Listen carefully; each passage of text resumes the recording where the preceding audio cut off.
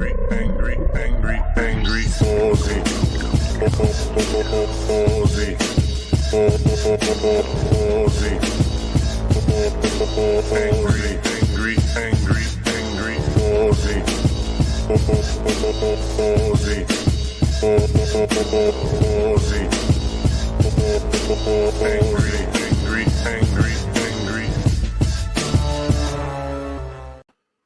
Woo, here we go. First stream as a triple dosed individual.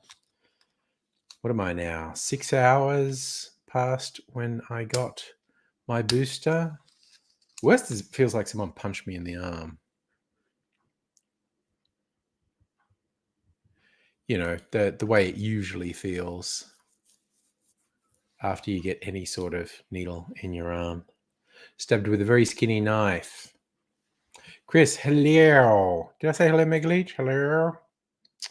Yes. So now, as the cases spiral out of control here to numbers 10 times higher than we've ever seen before, and it's only just beginning. That's that old Deborah Conway song. It's only the beginning. I've already gone and lost my mind. Hello, Miss Foxification. That was even the right rhythm. Wow, that was a surprise. So yes, shit's on fire, yo. So I am doing my best to avoid human interaction for the next couple of weeks. As my booster gradually picks up steam. Expect to take 2 weeks to win peak. Nettie, I don't think we should freak the fuck out because it doesn't help, but I think you need to acknowledge that Omicron is basically everywhere. And I wanted to get a booster, not so much to avoid getting the virus, although that would be good, because a vaccine is no guarantee of protection from getting the virus. But there's overwhelming evidence that it protects you from serious illness or death. Like reduces the chances of serious illness or death just by huge amounts. Chris, you got back from a nice drive. That does sound nice. Musical aviators, living dangerously, going out to LARP. Work's decided don't go back to the office for now. Yeah, I'm actually just started 2 weeks off. And I'm being productive. I've edited the first of my new style pseudo animated cocktail videos for YouTube. I got some good feedback from everyone here and also from other people. Feedback has been very good. And I'm going to make a couple of changes to the next one. So stay tuned. And I mean, stay tuned. I'll probably shoot one tomorrow and edit it to bring it live on Friday. That's my plan. Because you have your office is open if you want it. Apply for a spot, but they're encouraging you to not. Yeah. And yes, Ms. Foxification, we don't know about long COVID for Omicron or the other variants. We still don't know conclusively how to fucking pick if someone's going to have long COVID. So yes, the fact the booster gives significant protection against serious illness, I'm there. Oh yes, I saw you posted that earlier, Music Avid. You published a short, dressed in armor, playing your trumpet. Nice. Yeah, no, and I say this quite regularly about the whole pandemic. 2 fucking years in, and we still don't know a goddamn thing. No, we know. Okay, we know one thing. We developed effective vaccines because at the start, for the first 6 months, we had no idea if we would successfully develop working vaccines. It was not a sure thing. I mean, you know, everyone went to town on it, and we got there, which is amazing. But we still don't know how long it's got to hang around. We don't know how many variants they're going to be. We don't know how many people are going to get sick. We don't know how many people are going to die. We don't know when it's going to fucking end. Like my super depressing refrain that I found it very hard to stop myself from repeating is, this year, the third year of the pandemic, could easily be the worst year of the pandemic. Not necessarily, but it could be. Hello, Fisker on Twitch. Megaleech, we did get a solid idea. Just there are far more stupid and selfish people, and that huge crossover between stupid and selfish is incredible.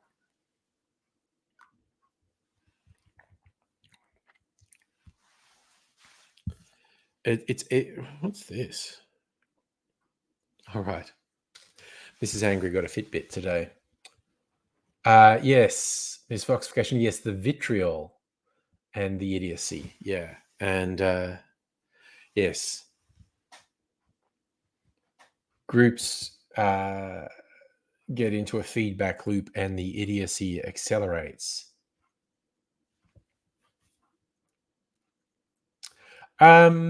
Musical Aviator. I think the hope would be we get one annual flu shot that includes updates for COVID variants. Maybe two. It's I'm hardly an expert, and I'd let the experts make this call, but it doesn't seem likely to me that it will disappear. Come under control, maybe, but I would have thought it would be part of annual flu vaccinations going forward.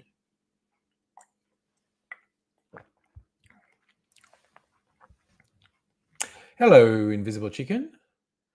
Chris, you're looking forward to total collapse? Well, the fun thing is it might happen to you first.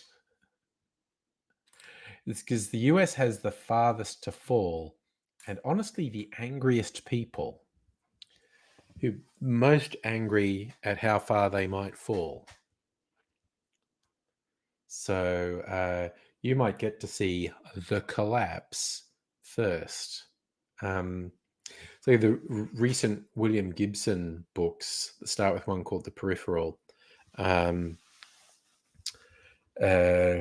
central characters are like 100 years in our future, post the collapse of the 21st century, which the survivors had taken to calling the jackpot, not because it was good, although some people benefited from it, but it was like the multiple things coming up on a poker machine, slot machine, whatever you want to call them. It's like, yeah, it's not one thing. It was a jackpot. Things went bing, bang, boom. And it was a combination of climate change, global pandemic, and societal collapse. And like 90% of animal species died in the jackpot, and I think that was another part of the jackpot, the collapse of global biodiversity, and 75 to 80% of the human population died in the jackpot. The ones who survived lead amazing lives, although there's an authoritarian structure in place that they refer to as the kleptocracy, dominated by former Russian kleptocrats. William Gibson is very good at looking at the world now and extrapolating possible futures, or you just using speculative fiction to comment on the world now. Ms. Fox's question, do I think the US is at risk of civil war? Yes. Historically, the US has gone longer than comparable, well, let's call it an empire, without collapsing to some sort of schism. Yes, I'll do one of my semi-irregular shout-outs to the only two podcasters I shout out. This one's Robert Evans, who is most famous for a podcast called Behind the Bastards, which I quite enjoy. But he also has one called It Could Happen Here. And the original run of it, which was 6 to 8 episodes, and that was a couple of years ago, was him fictionalizing possible scenarios for US Civil War. And it's very thought-provoking. And he restarted it up recently to explore what's happening now, and does it point more closely to a potential civil war in the US, and what steps should leftists take in the face of a potential collapse.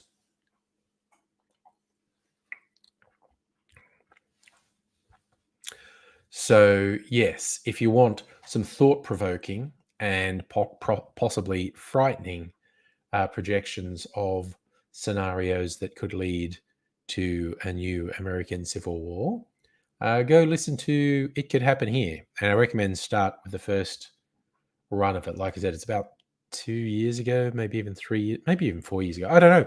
Time means nothing.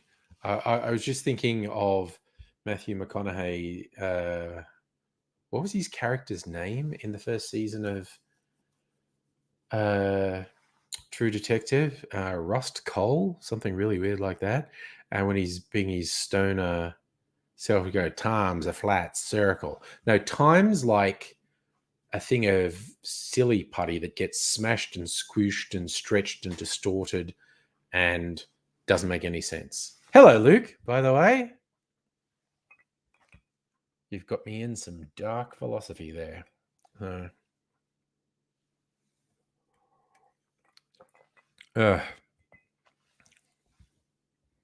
Having a rum old-fashioned, since nobody asked. But I have a bottle made up from the fridge. There's still a bit left in there, probably 2 more drinks of the rum old-fashioned, which is very nice. The sugar syrup I used in it is very cinnamony. I made it with dark sugar and cooked it on the stove with cinnamon sticks in it. And I think some other, maybe it was just cinnamon. I don't remember. It was a while ago. And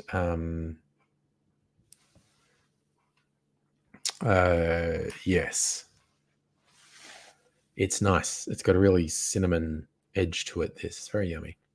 So Ms. Fox, I think both sides think it's possible. Democracy's in trouble. Is there right taking up firearms being taken care of by the military? What comes after could be long and painful. Yes. You tend to get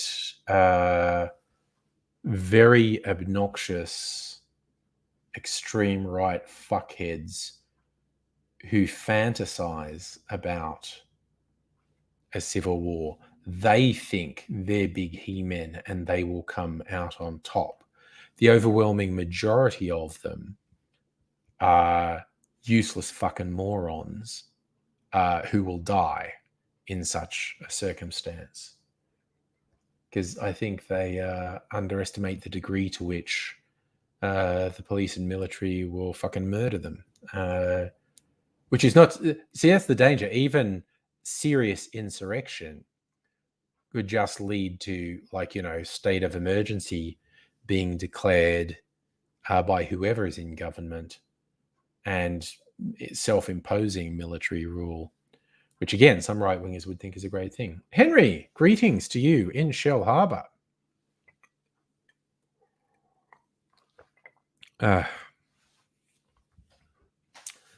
So yeah, it's a confronting thing to think. And it's the thing is, the difference between almost everything else that's happened with, empires and countries collapsing, changing, civil war, where the US is different is their freakish amount of nuclear weapons and what's going to happen to it. Henry, you're going to have to be more precise than sovereignty mob debacle. That makes me think you're talking about sovereign citizen types. Them fucking breathing is a debacle. Debacle. So yes, it's kind of like someone saying, "Oh my God, did you see that fucked up shit in the news today?" Okay, you're going to have to be a lot more precise than that.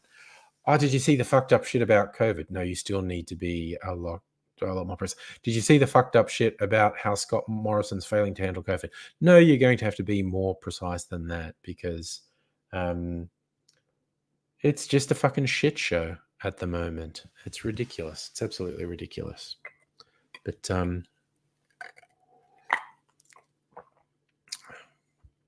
thanks, Thane. The reception is quite good now. I've got my booster, and yes, Luke, pretty much all the news is fucked up.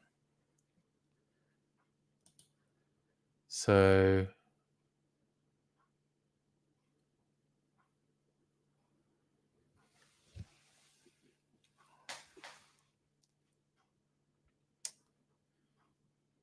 here's the scary numbers in Victoria: 516 people in hospital, 108 in intensive care, 56 actively infected, 24 on a ventilator. God damn. Health authorities are investigating if common sense measures need to be put in place.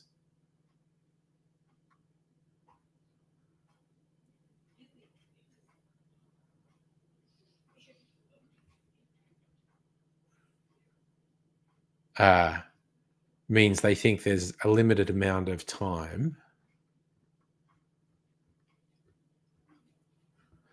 that they can continue to pretend there shouldn't be restrictions.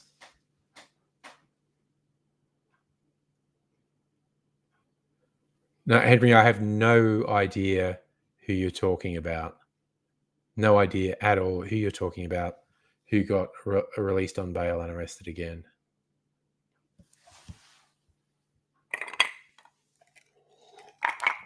Which would be because I have mercifully not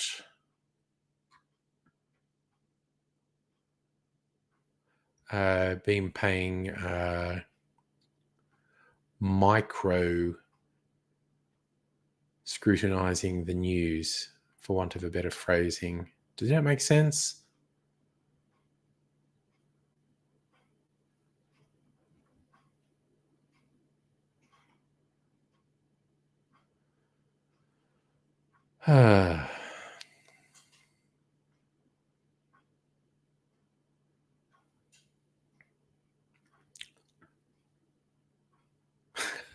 Sorry, this headline made me laugh.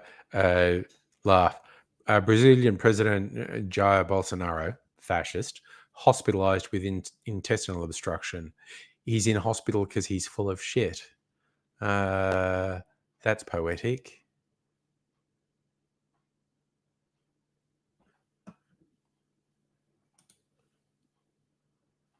Oh, Megalicious got a visitor. Thanks for dropping by. So, Ms. Foxification, you say Morrison needs Klubat to the head. I'm just astonished how bad Morrison is at politics. The fact that Morrison is abandoning any sense of responsibility, that's not a surprise. He's a piece of shit.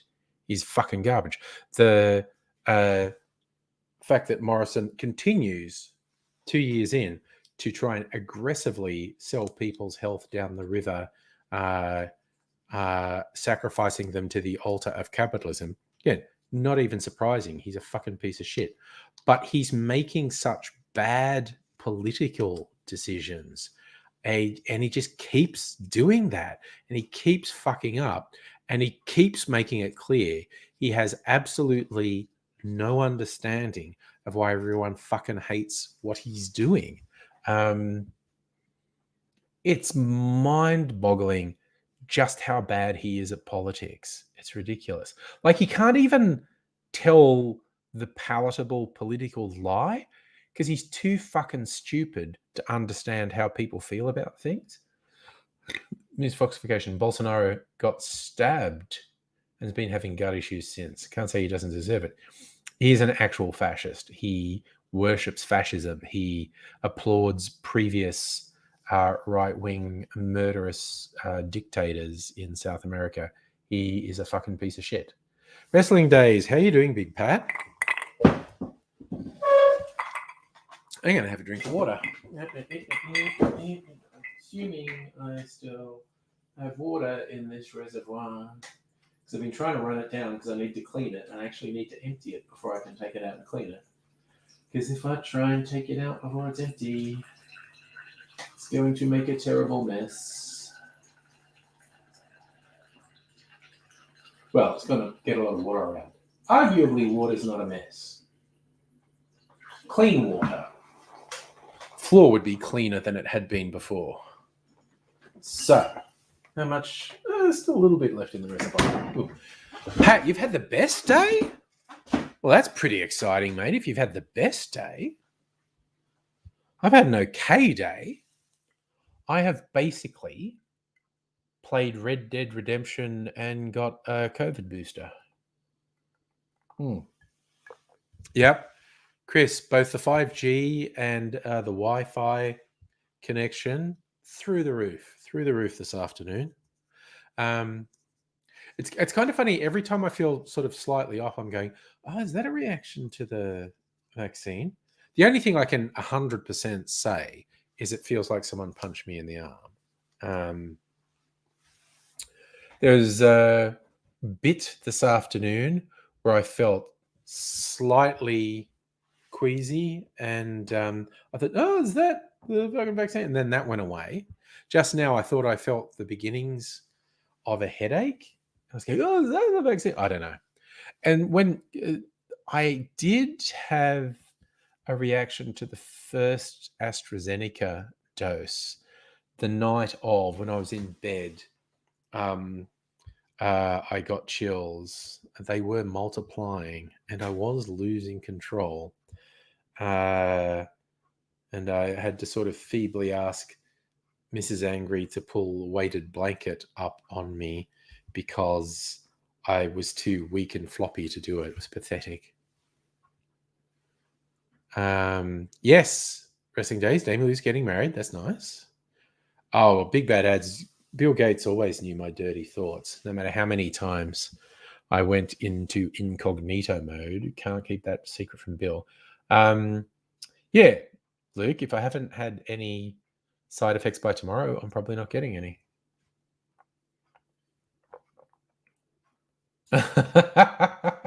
Oh, yeah. No, Chris, I can't hold myself back from making silly jokes on social media as well. Shieldsy, I did remember to stay hydrated today. Being hydrated now. Oh, nice, Chris. Your dirty thoughts are about Bill, so he'll love it. Yeah. Bill likes it when we think dirty thoughts about him. So, yeah. Oofed. So again, I cannot guarantee that I won't suddenly come over. Oh, actually, I feel a bit. So I might cut the stream short. I don't know. We'll just have to cross that bridge when we get to it. It's the thing. I can't even predict the next half hour. Who fucking knows? Some weird feeling could come on the next half hour. I don't know.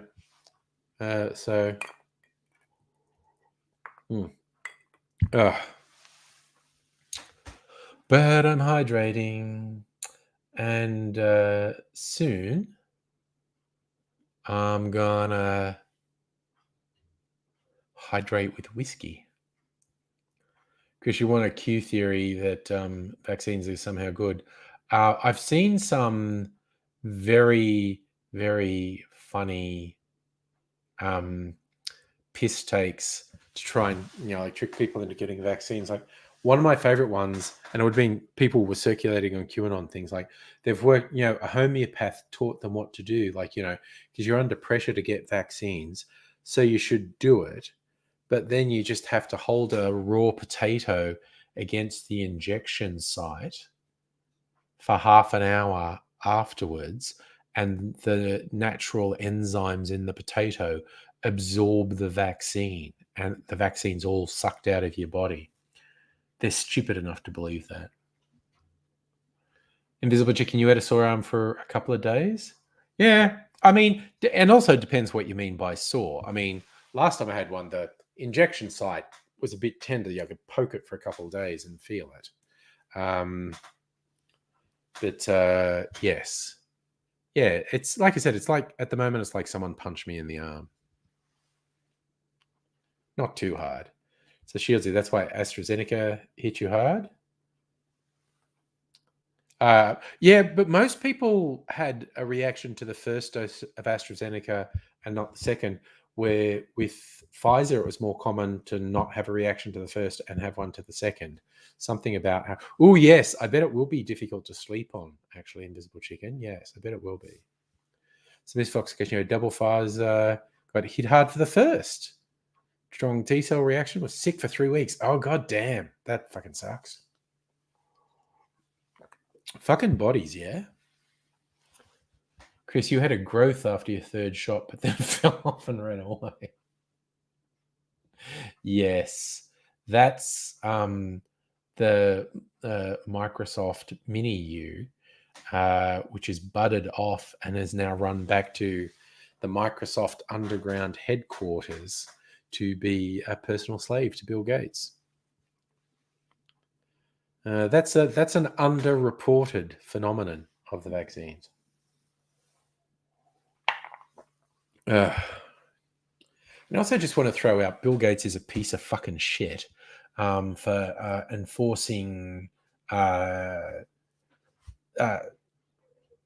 it trademarks? It's not, is it? It's not trademarks. It's and it's not copyright. It is patents for when universities were going to release the thing without patent.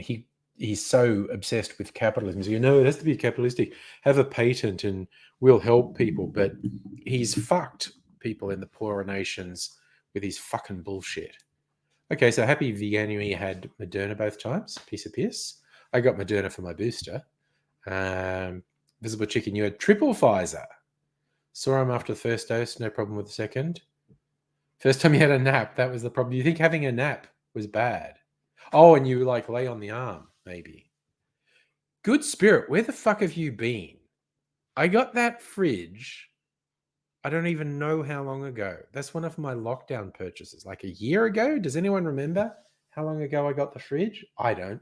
Time's meaningless. I've already had the time is meaningless talk tonight. Oh, Aussie Tech Vlogs. Happy New Year to you too, mate. Yes, Shieldsy. That two true statements. You're alive. The vaccines are safe. They are safer by factor of more than 1,000. In fact, by a factor of 10,000. 10,000 times safer to have the vaccine than to not have it. So Aussie Tech, your son's 11 got booked for his first jab. Look, I'm sure the lad's nervous. I still fucking hate needles. I was all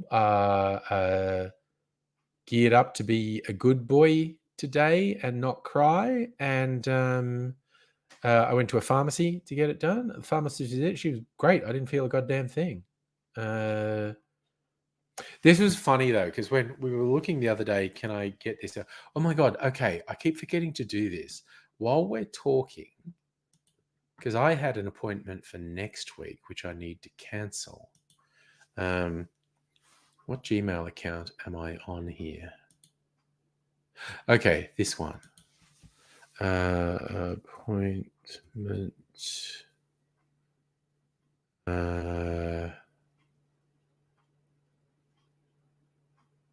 There it is. This one I have to cancel. Is that a price line? If you need to cancel, click here. I need to cancel. Because next Monday used to be the earliest day I qualified for a booster, but they changed the rules. And so I was eligible today. And has this website fucking crashed? Jesus. Good Spirit, still working on getting the Schoolie project started. Good luck with that. Yeah, Aussie Tech. It is a very, very fine needle that they use. Chris, you like watching them pierce the skin, see the injection going, oh, Jesus, I absolutely do not look. No way. No. I fucking look away. No way.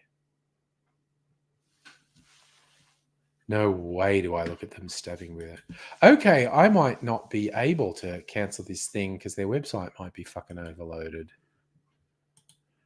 I forgot to check this email account today, so it's got a lot of things in it. Mostly spam. T-Fury, which I might unsubscribe from because I liked seeing their designs, but I don't think I'm ever going to do it. LinkedIn, get fucked. LinkedIn, get fucked. Meetup, boring. Dig, I don't want to look at. Humble Bundle. Ooh, what they got? Cookbooks. Vegan cookbooks on Humble Bundle. I don't have no interest. The shirt site trying to get me to buy more shirts. Comics. Amazon is the dumbest fucking thing. Like, based on your recent activity, we thought you might be the exact same thing. Hey, you bought this thing. Do you want to buy the exact same thing again? No. And maybe I might start unsubscribing from some of these things. Pacific Moonshine is selling out. Yeah, I've still got half to 2/3 of a bottle of that. I'm okay. Wired. Ooh, my Dan's. What's Dan trying to get me to buy? Liqueurs.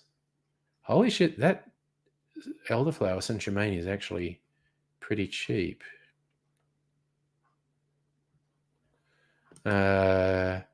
Costco. Gotta love when Costco sends me stuff. Kitchen stuff from Costco. Liquor.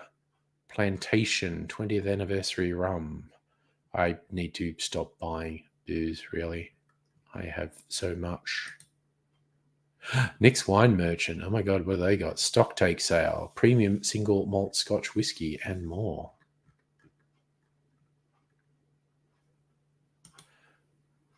JB Hi-Fi. Yep, not buying anything from them. More fucking LinkedIn. Fuck you, LinkedIn. Netflix. Audible. Trying to convince me to get something. Movies. An expert predicts up to 60% of Aussies will have COVID within 3 weeks at current infection rate. Yeah, that sounds about fucking right. Ooh, there you go. T Fury got a Doctor Who t-shirt. But, oh, I'd like to join your LinkedIn network. Fuck off. A Telstra bill. Okay, that's that. Okay. So go down. Fuck. Aussie Tech. I know for dodgy sites, unsubscribe is sometimes just a thing. This is a real person. Definitely don't unsubscribe them. But I'm not really subscribed to any dodgy sites. Yeah, Miss Foxification, why don't they rarely send you things for accessories. They send you the same fucking thing. Like, hey, you bought this. Do you want to buy it again? It's the fuck. Chris, you were put asleep during surgery when you lost your organ. I hope so. Chris, you've been trying to use LinkedIn to find work. Never found work on LinkedIn. I use other sites. I haven't had to for 2 years. And I'm still hopeful I'll never have to again because I'll end up permanent in my current job. Invisible Chicken, not great. Got your booster on the 30th. While I was waiting, heard all these phone calls, people being told they didn't have any stock. Damn. Aussie Tech, you say you can never have enough booze, but it's like 100 bottles there. And I got another one today. Well, it arrived today. I ordered it a week or two ago. Anywho, I finished my water, so I might have some booze. It's going to do single malt whiskey tasting because I got this Texas single malt whiskey from the Balcones distillery. This is 53% alcohol, single barrel, single malt. All right, that's going to be pretty punchy. See if anything I've got stands up for it. I'm going to get some shot glasses.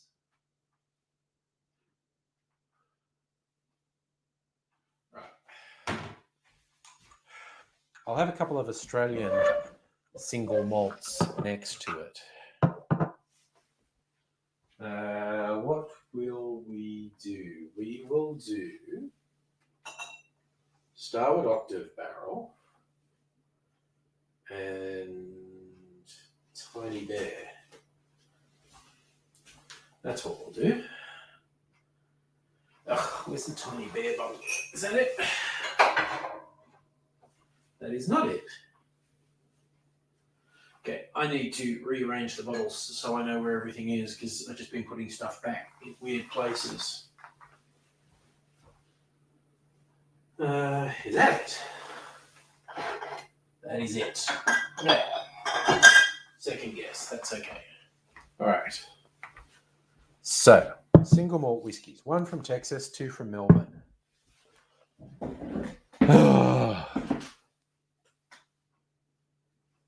Shieldsy, 14 days to your 40th. Nice. Time for a second cart. There are 2 carts, Chris. Oh, if Kirsten was here, she'd point out she has as many gins as I have bottles overall. She is a gin freak, a juniper freak. Okay, so the Texas whiskey, 53% alcohol. The Tiny Bear Distillery whiskey is 50% alcohol, not far behind. And the Starward Octave Barrel, 48%. So they're all quite proofy. They're all quite proofy, around 100 proof and up. So, okay, you'd think they'd be able to hold their own. Okay, so the Balcones. I didn't even cheat and do a taste ahead of the stream. So this is going to be my first taste of it. I've only been getting Australian whiskies. Oh, and I did get some Scotch and some Irish. But I hadn't been getting like American whiskies. And I got 2 in the last month. Last 2 weeks, really. A rye and this single malt. So I think I definitely won't be getting... And actually, God, I also got some bourbon, but that was to age in my barrel. Chris, time for a 3rd and 4th. Think I've got plenty of room. I need a man cave, but we don't have a spare room in this house. And my progeny have to move out. All right, so first observation. There you go. The Texas is way darker. On my left, the Texas one is way darker. And I think it's the product of the heat in Texas. Ages stuff in barrels quickly. It smells nothing like a Scotch. Smells nothing like a bourbon. Smells nothing like an Australian single malt. This was aged in European wine barrels. It smells like coffee and like burnt sugar, burnt molasses. I don't know if you've ever made toffee in your kitchen and it often gets slightly burnt. It's like that aroma. It's like Mr. Black liqueur, actually. Yes, Chris, Man Cave's just a bar in my case. Okay, I'm be interesting what it's like on the palate, on the nose. It's weirdly coffee-like. It really tastes like coffee. Shieldsy, I think if it wasn't for COVID, the Offspring would have moved out. Yeah.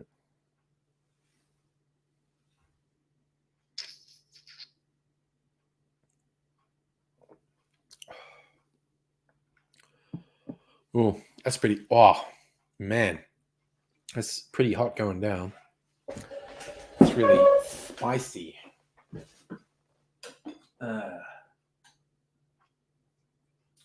Yeah, it's almost cinnamon. Kind of tastes like cinnamon syrup.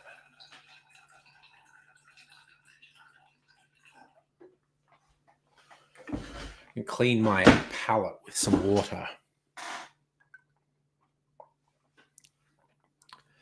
So that one, very warm going down, almost like cinnamon. Now the Tiny Bear is much lighter on the nose. Almost like sultanas, actually. Raisins? You know, that sweet sort of smell of sultanas or raisins? Mm.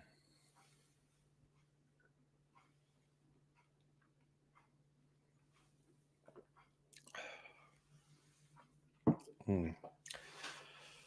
That, by comparison, a Tiny Bear is almost fruity when you taste it. Mm. God, it's really nice. Ugh.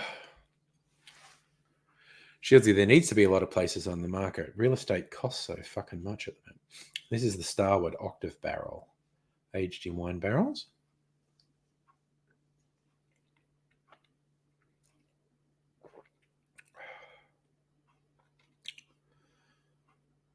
Ooh, it's like honey and pepper. Oh my God, misfoxification. Yes, this on a sticky date pudding. Yes, absolutely. The Starwood, its profile's almost pepper and honey. So 3 really different whiskies. I mean, yeah, they all taste like whiskey, I guess.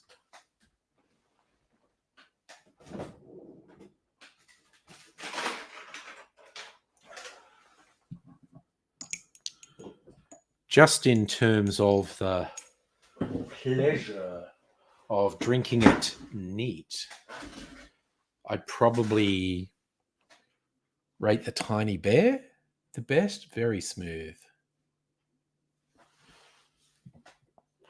But now I'd put a little bit of ice, chill them, and the ice to melt a bit. Put a little bit of water in. That tends to open up flavors and give the whiskey another dimension.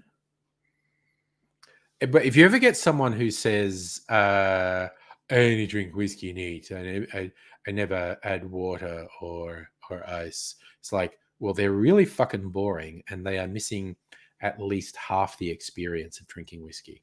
Safa, hello, good evening. Drinking Texas whiskey.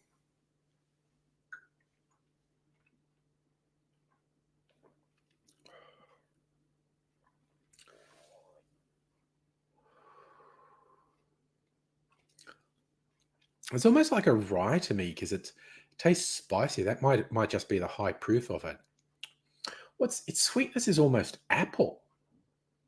With a bit of ice in here, with a little bit of water added to it. It's almost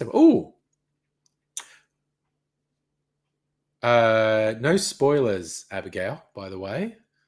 I haven't watched the new Doctor Who. Rolling in Safa, Dr. Abigail, and her ladyship of expletives. Yeah, with a bit of ice in there, the Texan one, the sweetness of it is almost apple.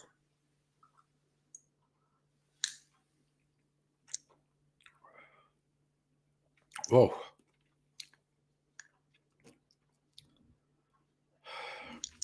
goes down easier with a bit of a, not a spoiler, not really. Do you just want them to be kissing? Safa, no side effects apart from feeling like someone punched me in the arm. And that's just from a needle. So, well, what?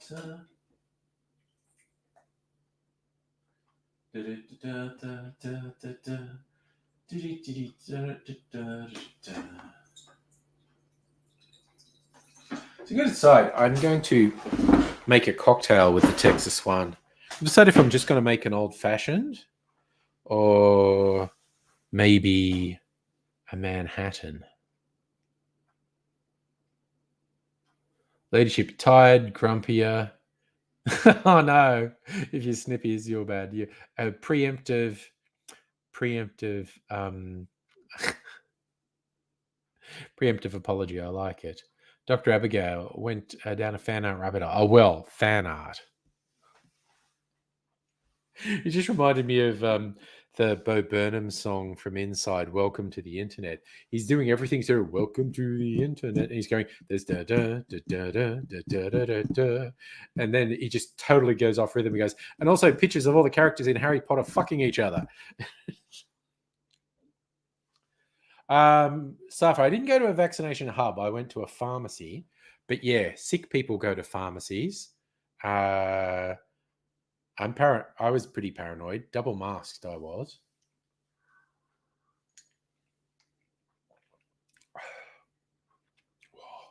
Abigail, I have not watched the New Year's Eve Doctor Who thing yet. I forgot about it. Might watch it tomorrow with Mrs. Angry. God damn, that tiny bear whiskey's good.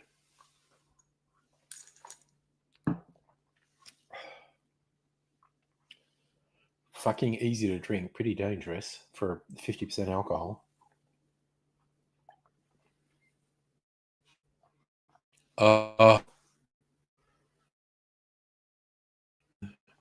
Finally, the octave barrel.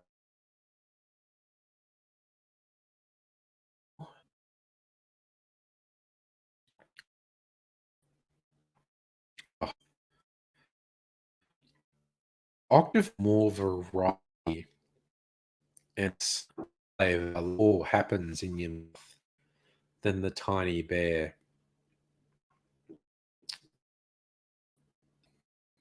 I think I still prefer the thing there.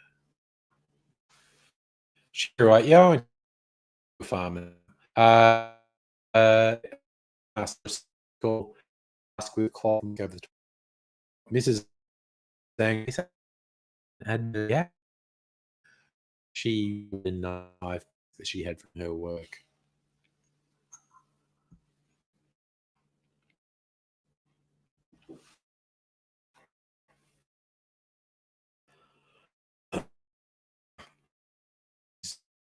Great little bit. My God. Look, we're having lag. It appears to be me. Maybe Telstra were right. Maybe that was momentary. I got these texts from Telstra saying my wife was a bit dodgy. Oh, damn. Oh, yeah. No, the sig. Yeah, chance.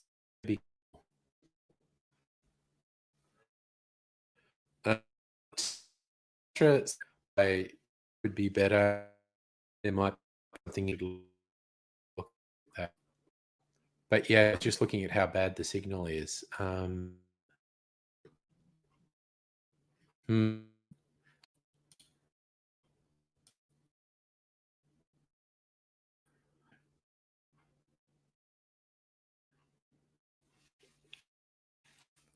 can restart it.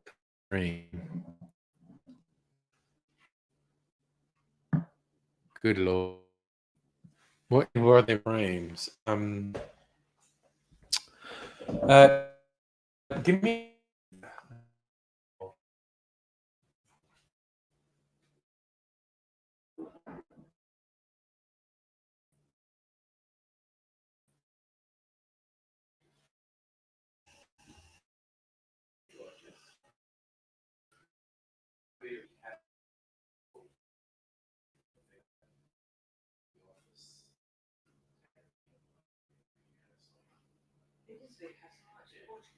I know. Okay, that's what's killing my stream. Why are you watching it on the internet? Because I do it anyway. Wait, Oh, I'm watching my work. could you not? It's really.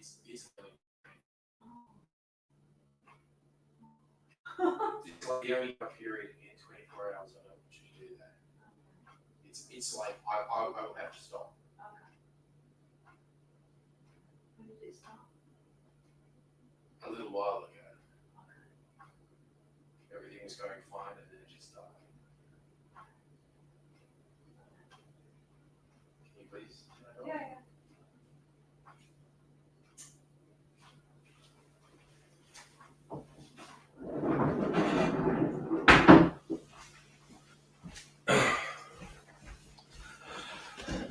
Okay. Now, I think so. I found the potential problem.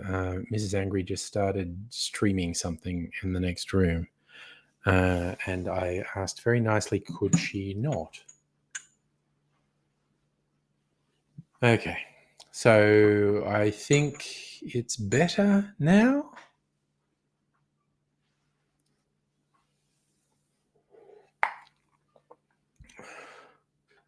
Okay, so yeah, it was. I did pretty much find the source of the problem.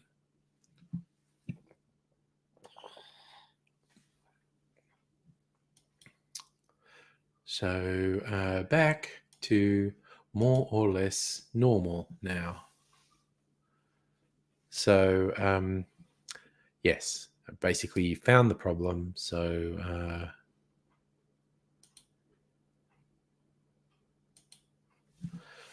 it's Isaac Newton's birthday.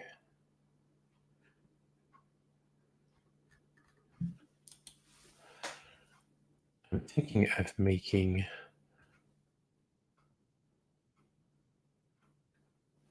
a Manhattan with this whiskey. Yeah. Could just do an old fashioned, but a Manhattan might be fun.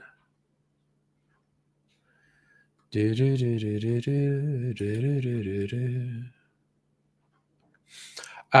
it is thanks to the Conservatives that we have shitty internet.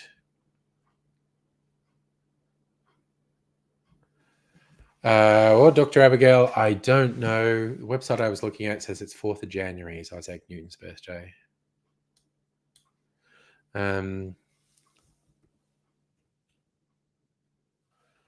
Isaac Newton. No, 4th January is Isaac Newton's birthday. Is it okay now? Yes, thank you.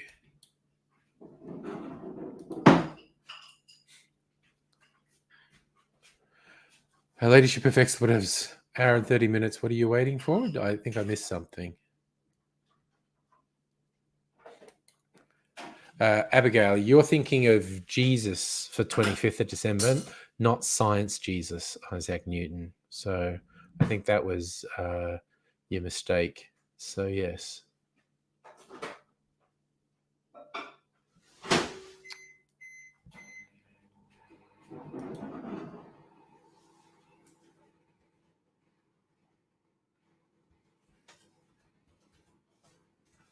Okay, now I'm just looking at... No, Wikipedia absolutely does not say 25th of... Wait, what the frag? Okay. You look at Wiki... Oh, it's the old calendar?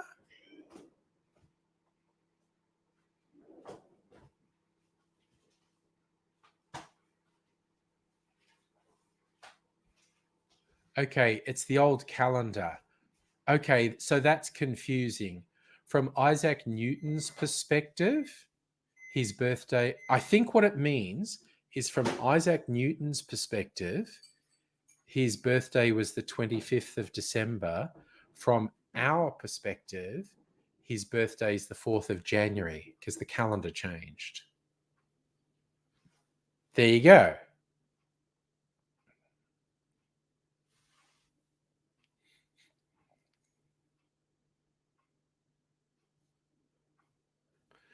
So that explains the confusion about dates.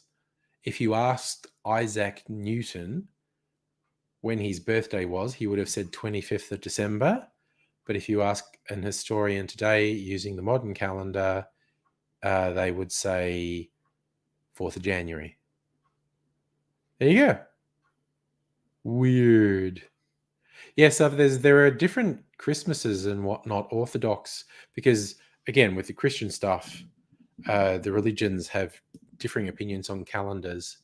So different Orthodox religions have Christmas and Easter on different days to the mainstream.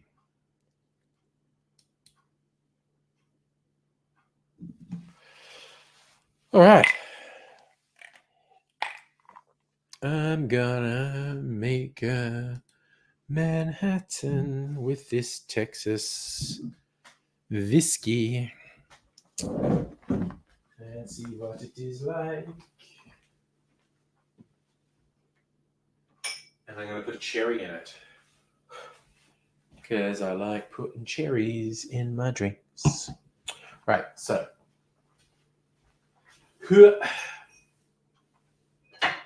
got my stirring glass.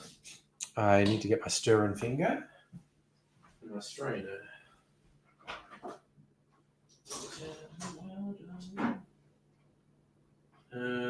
Right, okay. There I think the finger is in here. You go, you should know it.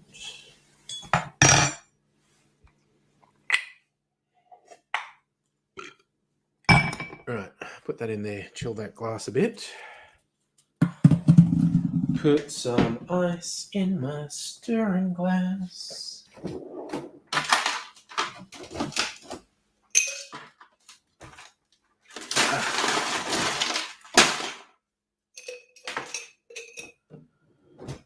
It's all gone solid. Must have spilled some water in there. All right. Oh, and I need a jigger. Getting jiggy with it. And skewer, for which to skewer a cherry. Und wie. Oh, and mango bitters is just there. So there we go. We're good. We're good. So there we go. Because England didn't change over the Gregorian Challenge until 1752. Isaac Newton celebrated his birthday on Christmas Day, but he did so his entire life. There you go.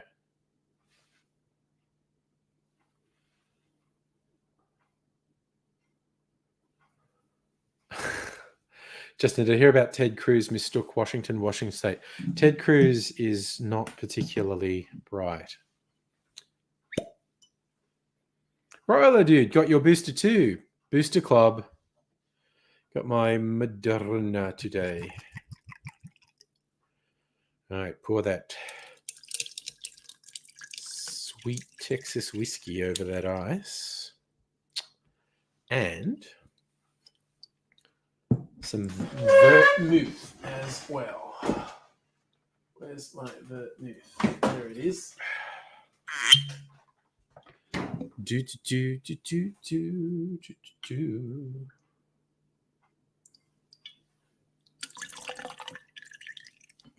I really like this vermouth, Unico Yuzu.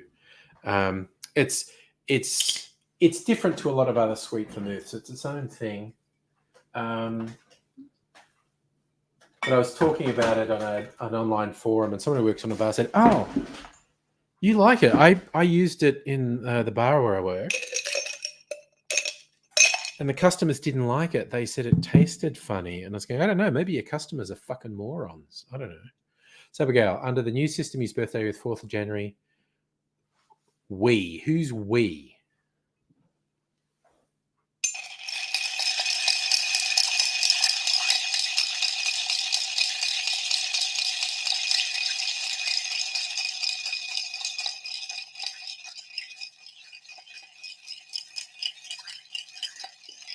Little stirring ASMR for you. Oops. I didn't put the bitters in. Just got to put a dash of bitters in.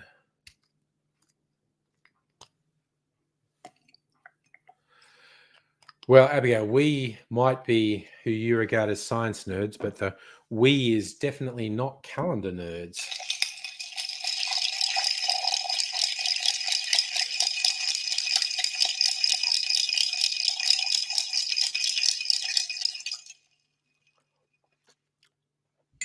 Because I think calendar nerds would very aggressively say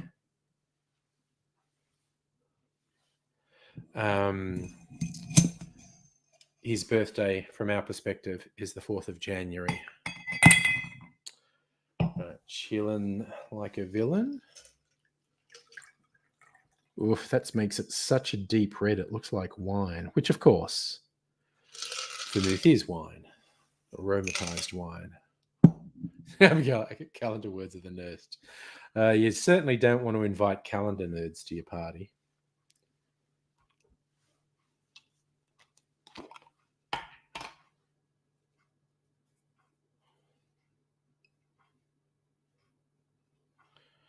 Oops. Okay. I'm getting low enough on... Got one. Getting low enough on cherries. It's actually quite difficult to skewer one because they just move about.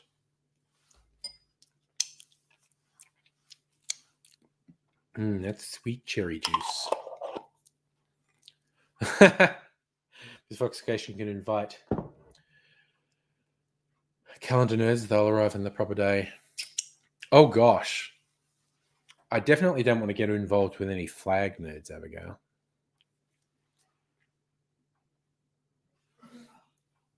All right, so this is a Manhattan made with my new Texas single malt whiskey and an Australian sweet vermouth. So,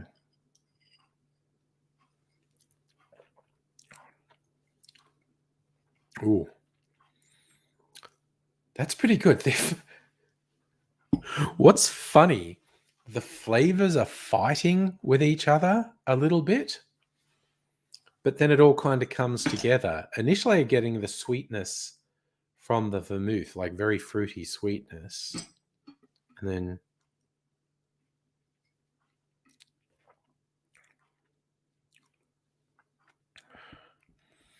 then a bit of a sting and a kick from the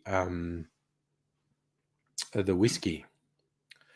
Works pretty well, though. And Safa, I am absolutely a cocktail nerd. I won't usually force my opinions on people, but if someone asks me, they're going to get an answer.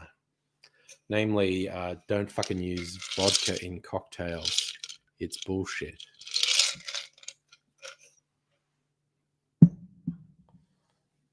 It does look like deep red wine. It's an amazing purple red color now. Ladyship of Excellence is just a mega nerd. You're into 20 different categories of nerddom. Yeah. I think by most people's estimations, I'm pretty nerdy on a number of topics. Also, the classic ones like the geeky pastimes, sci-fi, fantasy,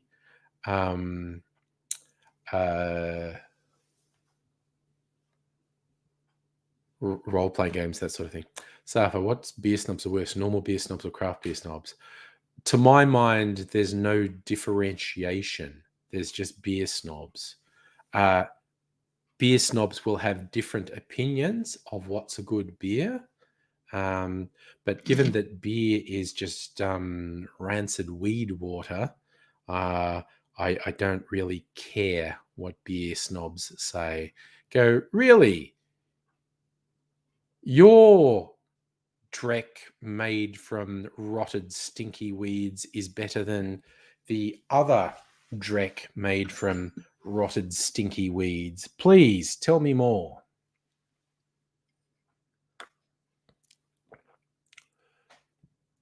whose falsification had vodka and an iced tea premix. Not too bad, not over the sweet, better homemade, better ingredients, quite drinkable.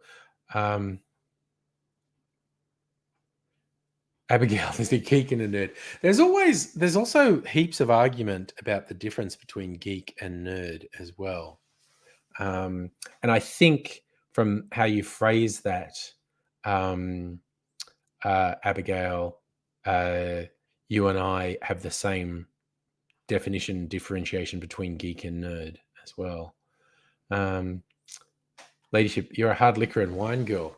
Interestingly, that's exactly what this is. This is a mix of hard liquor and wine, basically, an aromatized wine. But this is hard, and I mean hard, like 53% alcohol whiskey and an aromatized wine.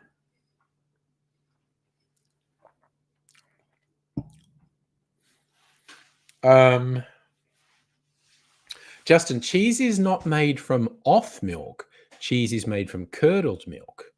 To me, off milk is milk that has gone sour and will make you sick, will actually make you vomit if you have it.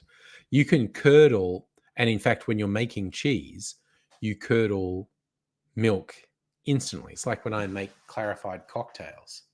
So I'm being a semantic pedant there, but yeah.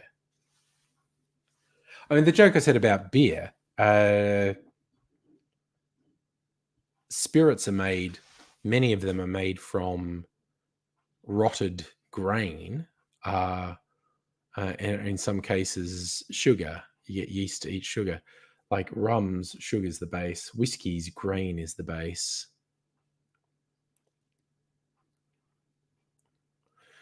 Safa, do craft cocktails exist? Oh, absolutely. Craft cocktails would be where people make like their own syrups, infusions, tinctures, house blends, and whatnot, where it's basically impossible to recreate the cocktail they make because they've done some specialty in-house blend to make it. So craft cocktails within bars absolutely exists.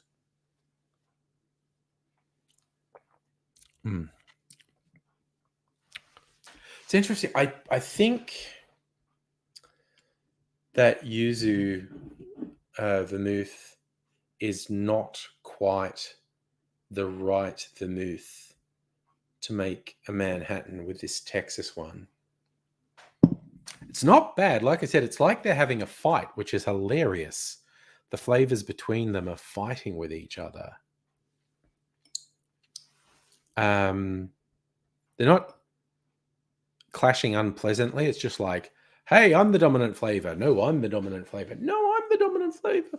I think at some point I'll do another Manhattan with this whiskey with a different vermouth and see what it's like. Ooh, a fucking black Manhattan with the bitter vermouth I have. Fuck it. Not tonight. I mean, okay, I am immediately tempted to do it tonight, but also because of the vaccine booster, just in case I have an side effect during the night, because that's what happened with the AstraZeneca. The side effect didn't kick in until I was trying to sleep.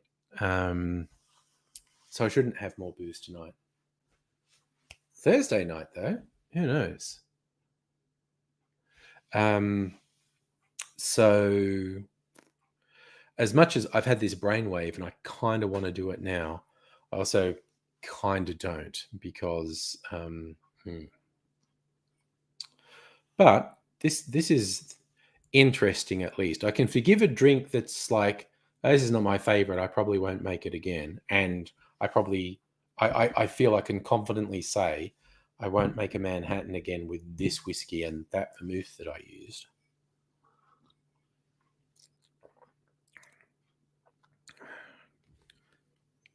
Actually, the vermouth is winning, which is fucking surreal. Like there's twice as much whiskey as vermouth.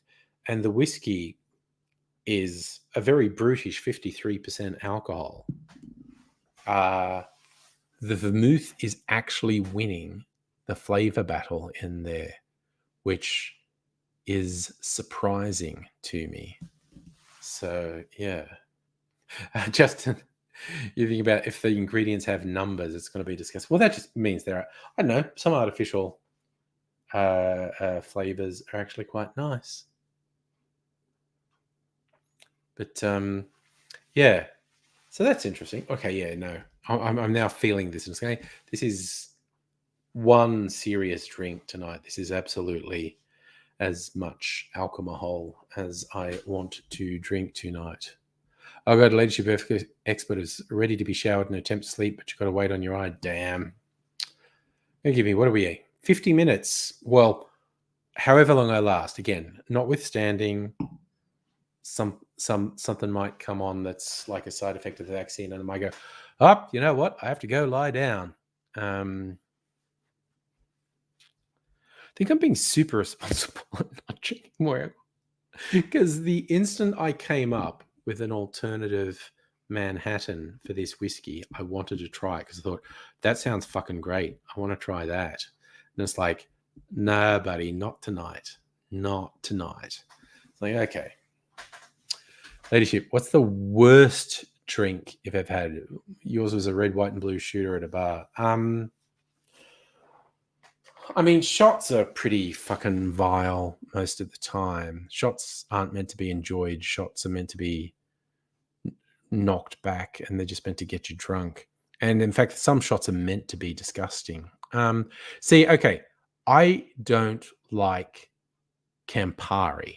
Campari is a pretty popular ingredient. This is where I fall down as a cocktail wanker because I don't like Campari. And real hardcore cocktail wankers fucking love Campari.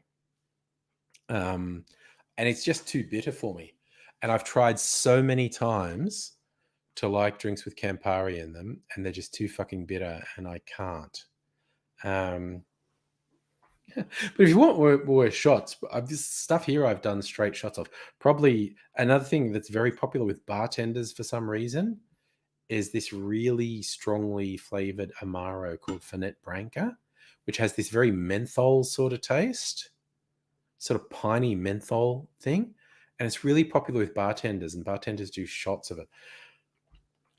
I've done shots of it. It's pretty fucking brutal, honestly.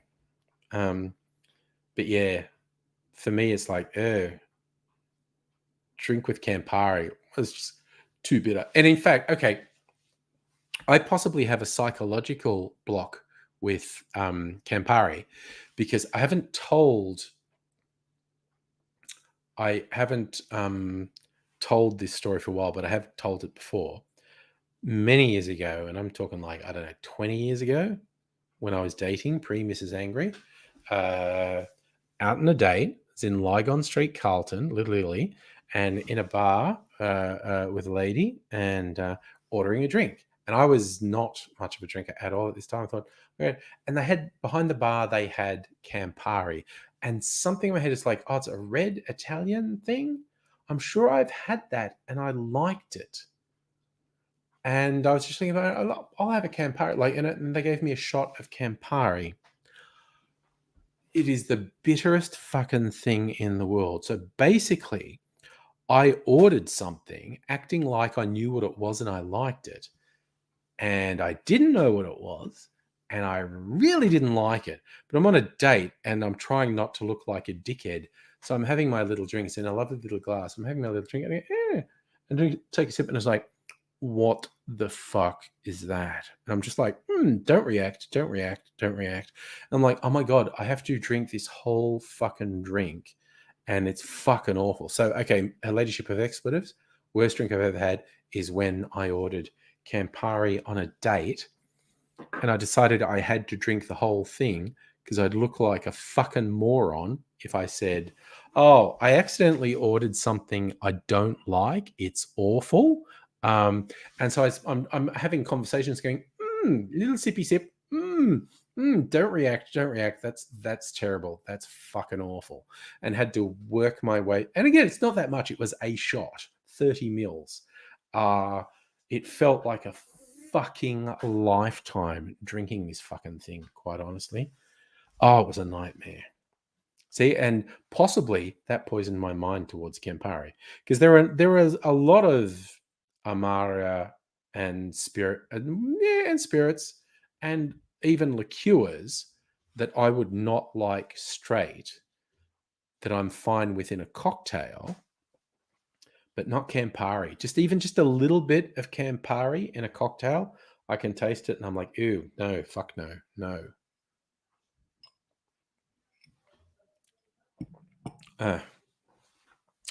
So I have a couple of Campari substitutes for when I want to make a cocktail that says use Campari. So it's other bitter.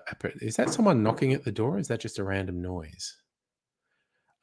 It's other bitter aperitivo or amari that are a good substitute but aren't as bitter as Campari. So I have three or four. I have at least four. I have at least four substitutes there. Two Australian ones. There's an Italian one called Aperol. I blanked a bit on the name. Aperol, which is like Campari's less bitter cousin. And I have a French one, Dolan's Bitter de Chambre. They're all bitter, but compared to Campari, they're lightly bitter, and I can tolerate them in a drink. So the things you learn. That's the other thing I might make. There's a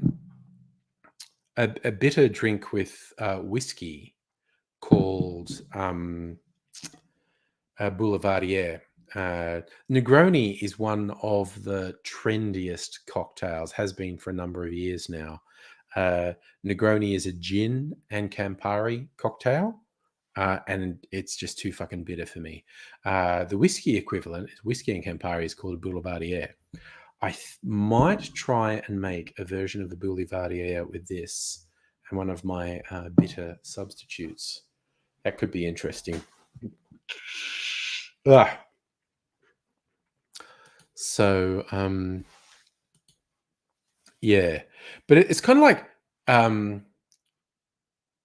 it's like the hipster most popular cocktail is this Campari one. I'm left out, and like the mainstream most popular one in Australia is an espresso martini, which I don't like because I don't like coffee. And that's another problem I have living in Melbourne, which is like coffee snob capital, and I just do not like coffee. It's just so it's weird. Some of the big things I miss out on.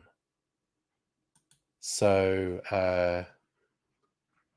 yeah, the Negroni is such a big drink. So, a Boulevardier is basically this, but with something bitter in it. Or actually, no, the Manhattan is 2 parts whiskey, 1 part sweet vermouth. A Boulevardier is 1 part whiskey, 1 part sweet vermouth, 1 part bitter red aperitivo. So I might do that on I might try. I'm definitely going to try something else with this on Thursday or Friday or both. Hipsters first they ruined flannel shirts, then beanies, now drinks. When will the hipsters stop? Yeah, they're an unstoppable force. The hipsters.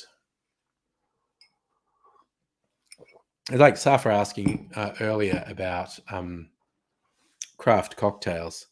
Hipsters can be very painful about craft spirits and craft cocktails. They can be very painful.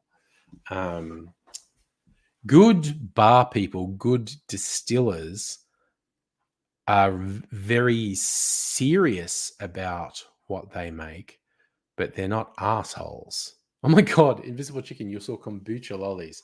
I really don't like kombucha. It tastes like garbage water to me. where it tastes, I'm not having drunk garbage water. It tastes how garbage water smells. It tastes how I imagine garbage water tastes. So it's the fermentation. It's very hard to get me to like something that's fermented. I don't like kimchi, which is a fermented food. I don't like fermented vegetables. I don't like pickles. I don't like pickled vegetables. It's very difficult to get me to like something fermented.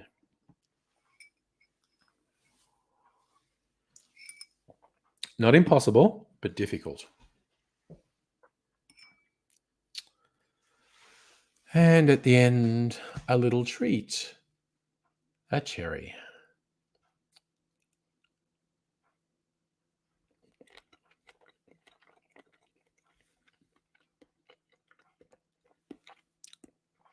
Oh, that's good. I love that cherry. No, Safra, I don't have insurance for my mobile because I've never had insurance for my mobile, and I've never lost or broken my mobile. The insurance for mobile is largely a scam. And even if I lost or damaged my existing mobile and had to pay for repairs or replacement, I'd still be ahead because I haven't paid for insurance in the past. This Foxification, do I use crypto coins? Do you mean, do I invest in crypto? No. To me, crypto is like buying lottery tickets, except it has ruined more people's lives. Crypto is pure speculation. I'm not going to say it's a criminal scam, but it's absolutely a shell game. It's absolutely based on people believing it's worth something because it has no intrinsic value. But yeah.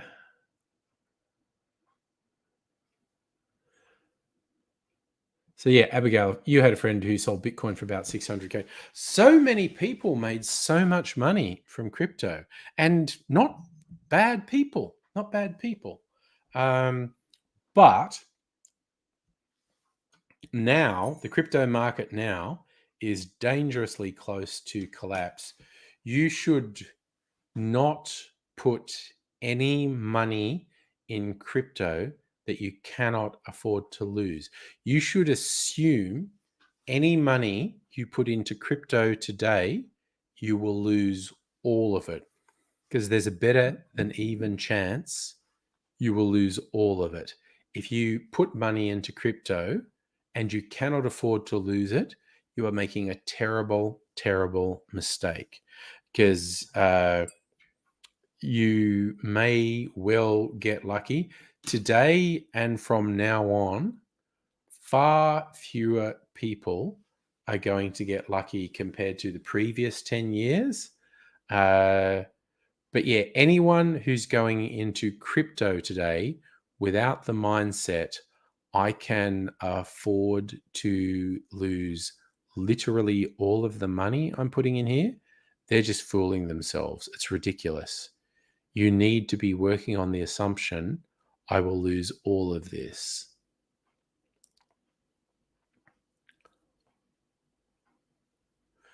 So Ms. Fox, yes, the market, that's a polite thing to say about crypto at the market. The market's very bearish.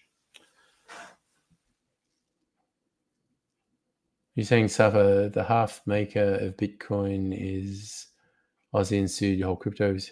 That sentence doesn't actually make a lot of sense. The creator of Bitcoin is still anonymous.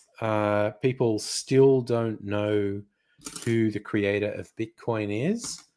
One of the popular theories is he's Australian.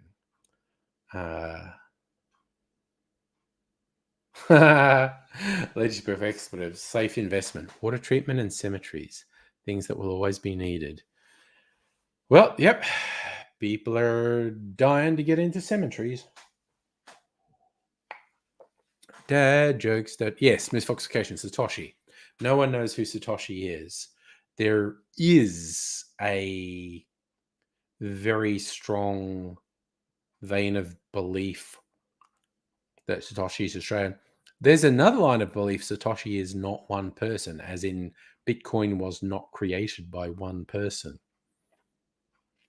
Multiple people were involved in its creation, and they collectively fabricated the entity that is Satoshi.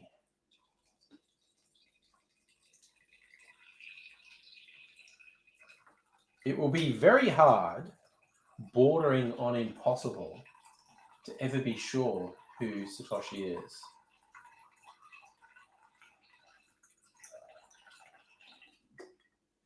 Because they set it up that way.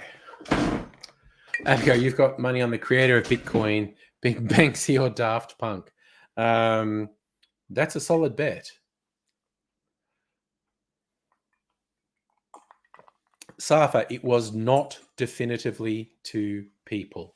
Nobody knows for sure who was the creator of Bitcoin and how many people were involved in the creation of Bitcoin.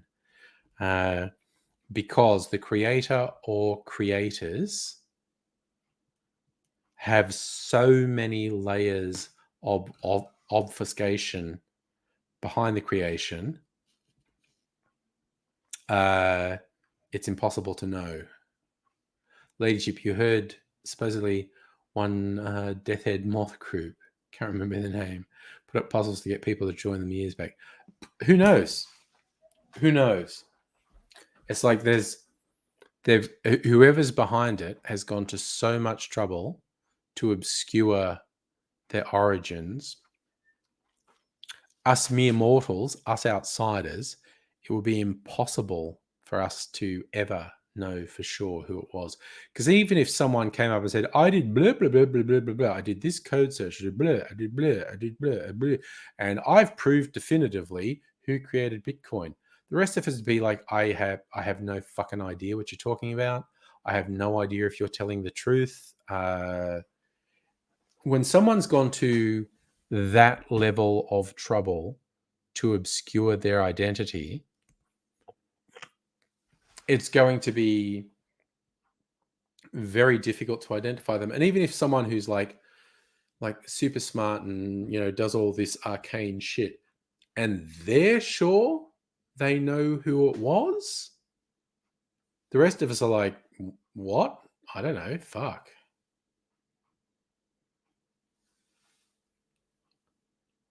Again, Safa, whatever you're referencing is basically meaningless.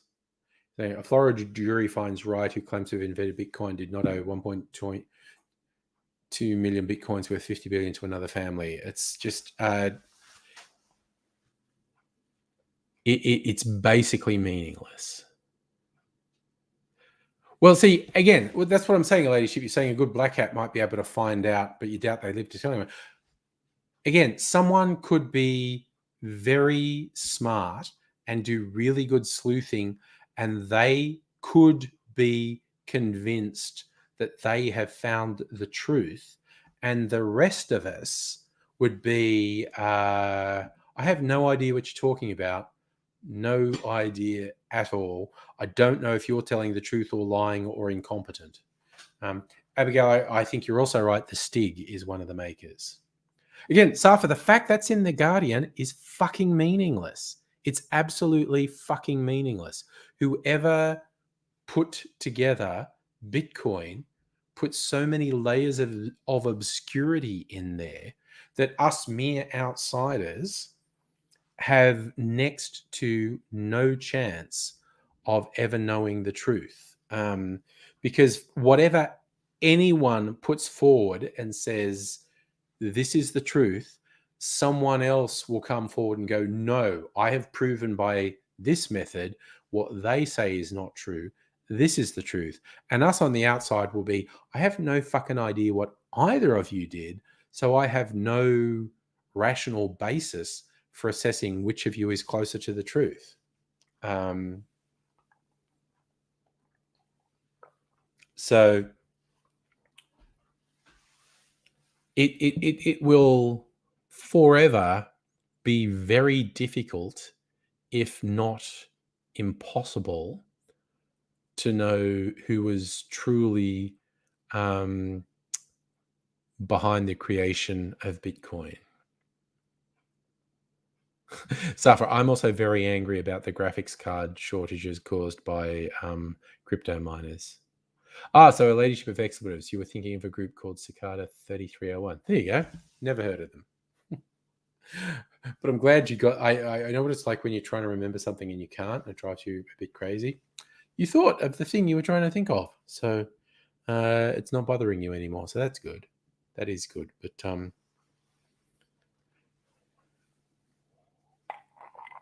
yeah, the world is a strange, difficult, mysterious, and complex thing, and striking the balance between rational skepticism and accepting that certain experts work in good faith, that's a very, very, very difficult balancing act.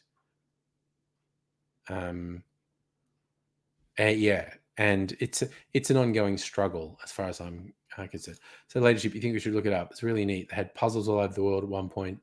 Tried 2 of them. Well, bloody Nine Inch Nails did weird shit in the 90s. They were leaving USB drives in toilets at venues where they did gigs that had hints to puzzles, and people were sharing them on the early internet. Creative people have always done creative things. It's kind of like, like Dan Brown's Da Vinci Code is based on absolute horseshit, an absolute fraud and scam, which he goes, oh no, the basis is real. No, it's not. The basis was a prank. These guys, and it's the classic for a conspiracy when these artists invented this fake story, which is the basis for the story in the Da Vinci Code. These artists invented it as a prank, and over a period of years, it spiraled out of control. And then they went, it was us. We did it as a prank. Then people who were really deep into this conspiracy went, no, you're just part of the conspiracy. You're trying to throw us off. And then the artists went, oh no. We created a conspiracy as a joke and a prank, and then people got so deep into the conspiracy they wouldn't believe us when we came out and said, no, we invented it. Honest. Invisible chicken. You go for walks, come across audio tapes glued to electric boxes. That sounds pretty wild. And just you're saying NASA put hidden codes on their rovers. Ladyship, don't pick up any now. They're just better off reporting it to police. Could be an info drop. You get killed over. And what are those fucking transmissions of random numbers called? Number stations? Are they just called number stations? Look it up. Number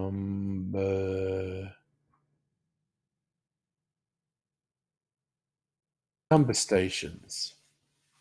Yeah, shortwave radio transmission of formatted numbers, which are believed to be codes being sent to spies, and they're from the Cold War, and they still happen, and they're really complex codes.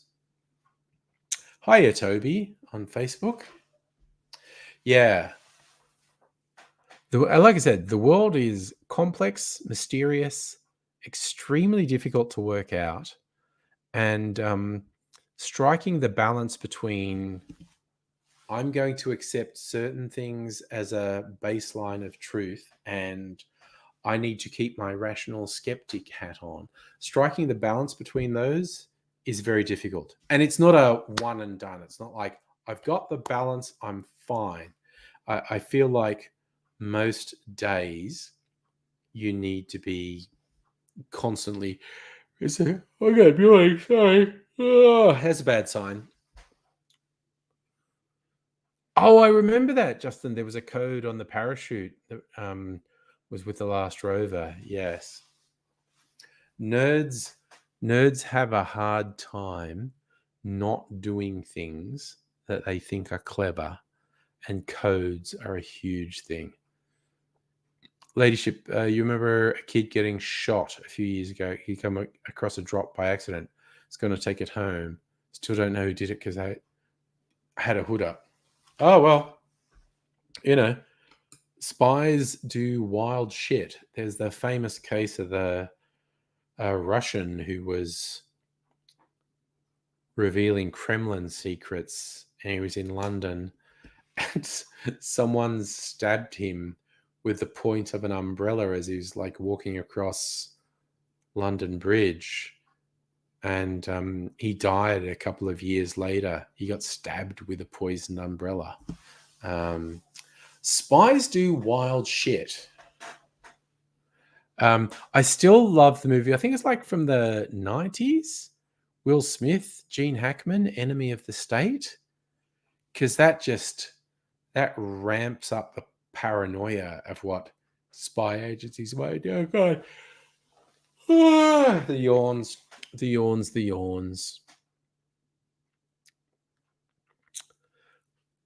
I think that was it. Safa Magnetsky Levchenko got his tea poisoned by polonium. There was some dude in okay, if I do a Google search for poison umbrella.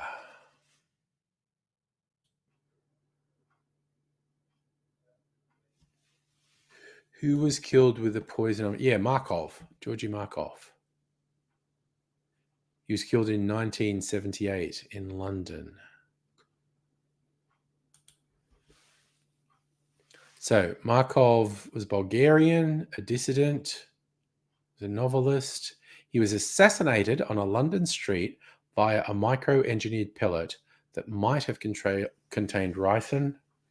Contemporary newspaper accounts claimed he had been shot in the leg with a pellet fired from an umbrella wielded by someone associated with the Bulgarian Secret Service. He felt a jab in his thigh, looked around. There's a man behind him who apologized, dropped an umbrella. Got the impression he told the story that the jab hadn't been inflicted by the umbrella, but the man had dropped the umbrella as cover to hide his face. Subsequent investigations have discounted the theory that a pellet had been fired from an umbrella as being unlikely. It's been speculated the Bulgarian Secret Service asked the KGB for help. So it's 7th September 1978, walking across Waterloo Bridge, spanning the Thames, felt a sharp pain, like a bug bite or sting, back of his right thigh. Looked behind him, saw a man picking up an umbrella off the ground. He noticed a small red pimple had formed. Told at least one of his colleagues at the BBC. He developed a fever, was admitted to hospital, died 4 days later. So yeah, people theorize he was either stabbed or a pellet was fired from an umbrella. There you go.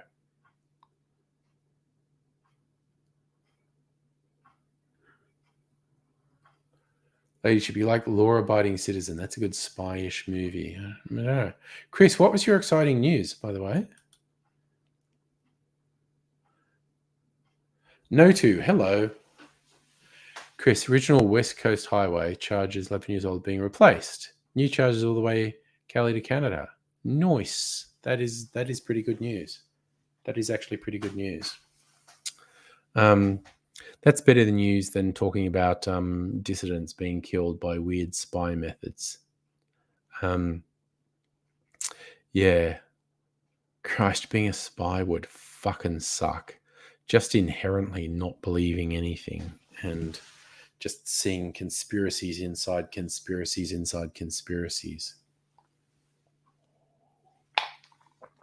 Ugh. And yeah, there probably are. conspiracies inside conspiracies inside conspiracies. People doing fucked up shit all the time. So, Chris, you're saying a 300-mile trip to Spokane, you were struggling because one was totally destroyed. Oh, no. Oh, no.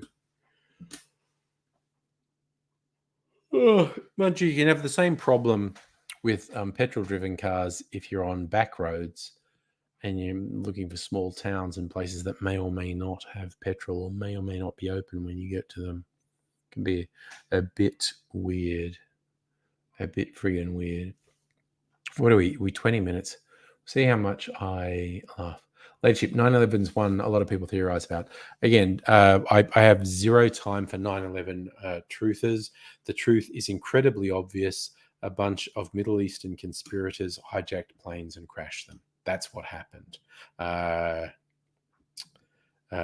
It wasn't stopped by the American government because of ineptitude and incompetence. There was no conspiracy within the US government. I am comfortable saying that with 100% surety. The 9/11 conspiracies come from people who are terrified of the idea some dirt poor terrorists from the Middle East could hurt America that much. But they can, because hijacking planes at the time was comparatively straightforward. The American security infrastructure did actually have all the information they needed to thwart the 9/11 attacks. There was just extraordinarily bad communication between different enforcement groups, and the then government of George Bush had zero interest in looking into this and taking it seriously. And so appropriate resources were not applied to looking at these leads that suggested some Middle Eastern terrorists were planning something like this. And so the attacks were mostly successful. It's that straightforward. It's a combination of some malicious plotters and incompetent people in government agencies. It's that straightforward.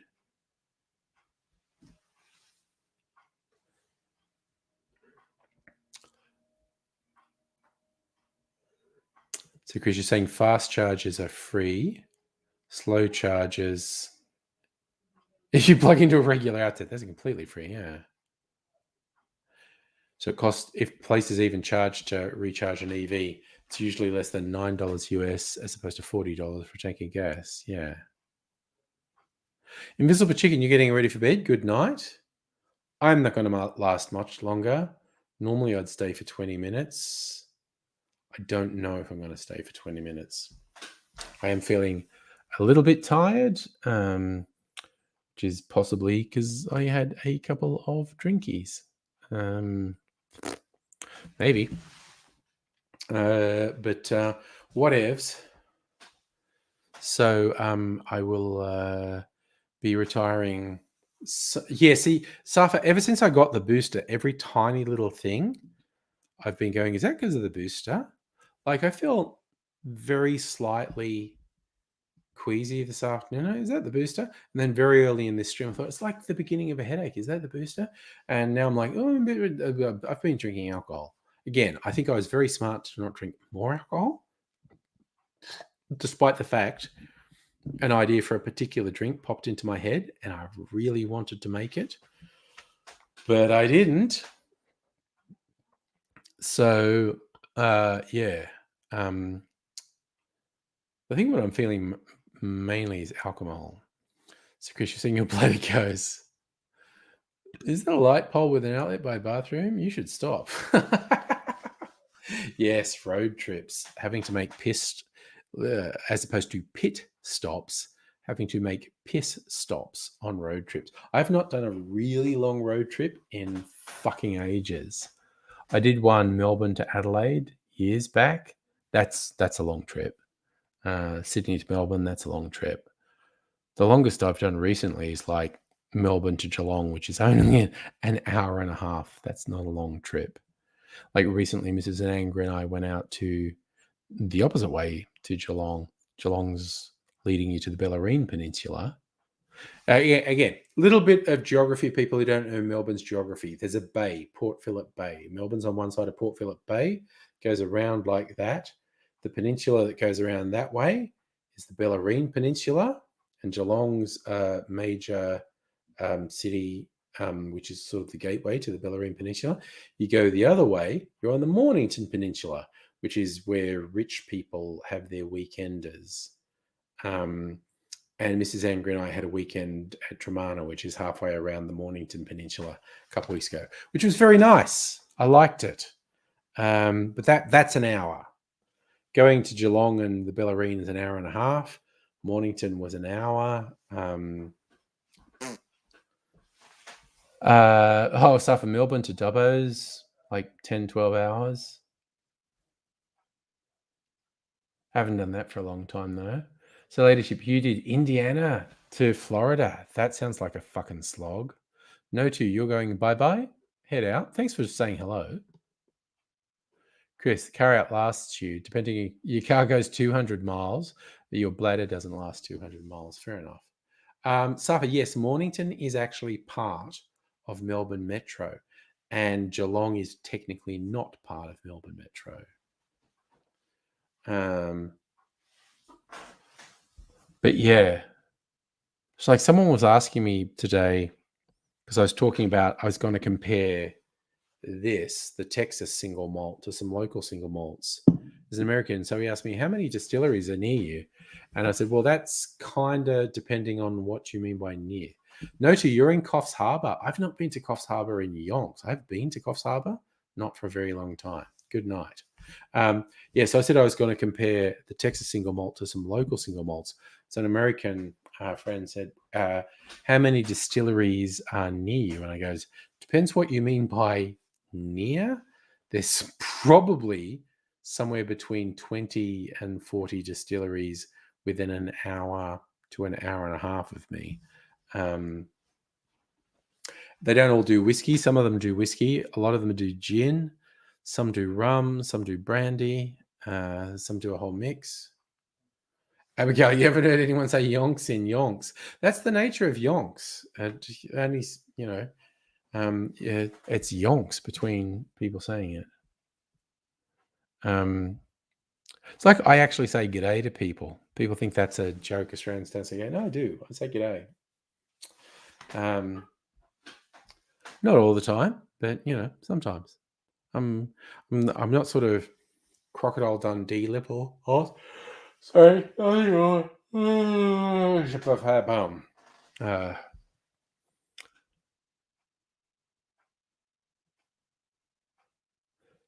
Chris is saying there's only so many urban areas set up down under. A lot of people in country areas set up distilleries. A lot of distilleries are in country areas. A lot. But Kirsten, who is my source of knowledge for all things spiritus and distillation in Australia, she said Victoria, the state in which I live, has the greatest density of distilleries in Australia. And Australia has literally thousands of distilleries at the moment. So there's a lot of them. Leadership of experts, you're considering going electric? Don't like how much in the smaller cars? Between you being a giant and your kiddos being tall, you want to be that makes perfect sense. Me being a short ass, I get smaller cars. Like my current car is petrol, but it's a hatchback, like 4-door hatchback. Or five. People tend to call it hatchbacks 5 doors. Also, though, it's this little car, but it's turbocharged, which is super heaps fun because it's got pickup like you wouldn't fucking believe. So I always take people on at traffic lights and beat them. People with bigger cars I think is this guy in this little hatchback, and I just sort of bang. Yeah, Chris, you're 6'5". You're in a Leaf Plus, which is a little one. Used to it. And yes, I know in the US there are SUVs that are electric. That's a thing. So, Leadership, you're 5'9", Ginger Giant, aka your fiance is 6'3". Yeah, Mrs. Angry and I are both 5'8". So, but my lad, he's like 6 foot tall, and Mrs. Angry's lad's getting there. He's taller than us. He must be He must be 5'9" now, and he's still growing. So, because you always tell folks, get a used or new electric vehicle first. Get you addicted to driving an EV. That's true. So you're 5'11". Oh.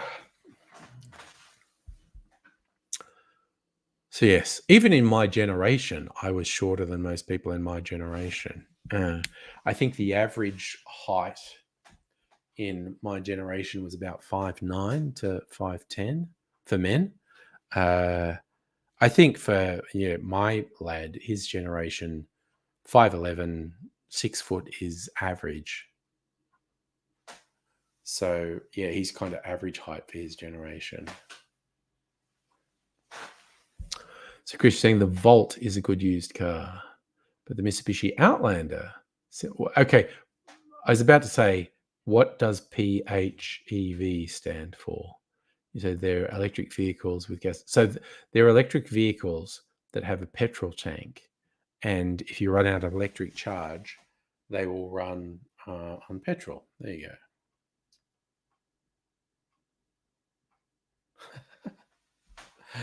Oh dear. So, you know what? I'm just getting vague and tired, and it's 10 to 10. I normally finish.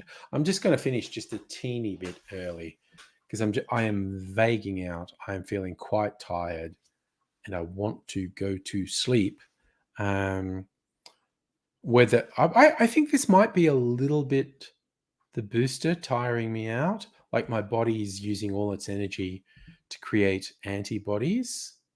And so I'm a little bit tired, even though I had a high fucking protein dinner, a pizza that I put Christmas ham on.